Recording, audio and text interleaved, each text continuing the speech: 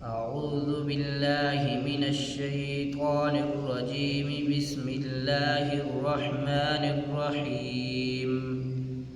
سبح اسم ربك الأعلى الذي قدر فهدى والذي أخرج المرعى فجعله غثاء أحوى سنقرئك فلا تنسى إلا ما شاء الله إنه يعلم الجهر وما يخفى ونيسرك لليسرى فذكر إن نفعت الذكرى سيذكر من يخشى ويتجنبها الأشقى الذي يصلى النار الكبرى ثم لا يموت فيها ولا يحيا قد أفلح من تزكى وذكر اسم ربه فصلى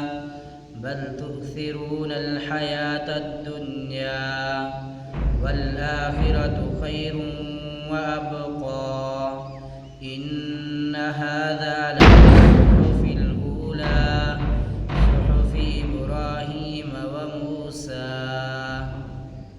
صدق الله العظيم.